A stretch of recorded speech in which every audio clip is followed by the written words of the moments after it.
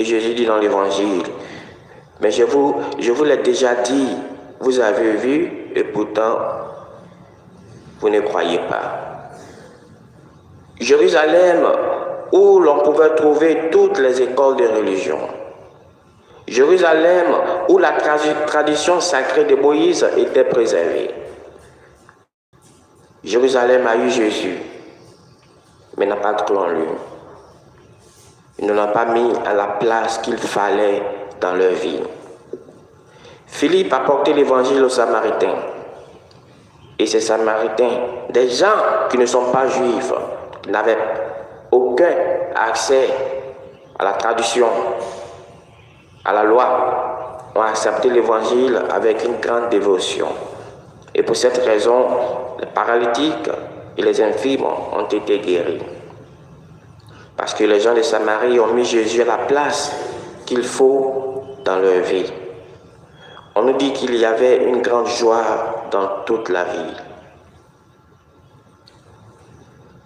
Chers frères et sœurs, aujourd'hui, nous comprenons que c'est une chose d'avoir Jésus et c'est une autre chose d'avoir Jésus à la place qu'il faut dans notre vie.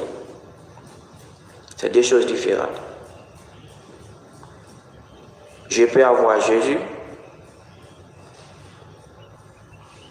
mais il faut qu'il soit à la place qu'il faut dans ma vie.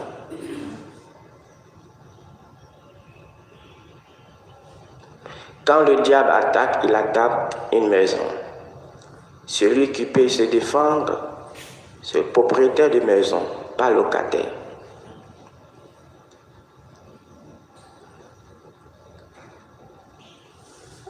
Tu es le propriétaire de ta vie. À moins que tu t'éloignes et tu mets Jésus comme propriétaire de ta vie, quand le diable attaque, c'est toi qui dois défendre, pas lui.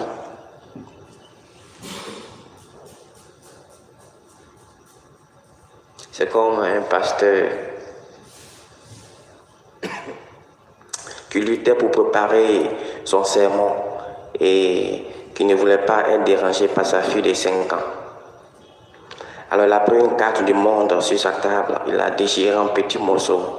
Il a donné à sa fille pour les assembler, lui promettant de répondre à toutes ses questions et de jouer avec elle si elle arrivait à rassembler les morceaux et remettre chaque pays à la place qu'il faut. Il savait qu'elle ne serait jamais capable de les replacer. À son étonnement, en moins de 5 minutes, elle revient avec la carte correctement rangée, chaque morceau parfaitement replacé, chaque continent et chaque pays à sa place. Son père, très surpris, lui demande, « Tu ne connais rien en géographie, alors comment as-tu replacé le monde si facilement et si rapidement ?»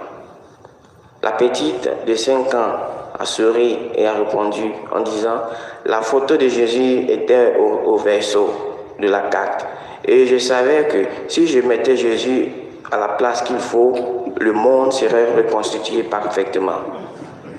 Si Jésus était à la place qu'il faut, le monde serait parfaitement en ordre. »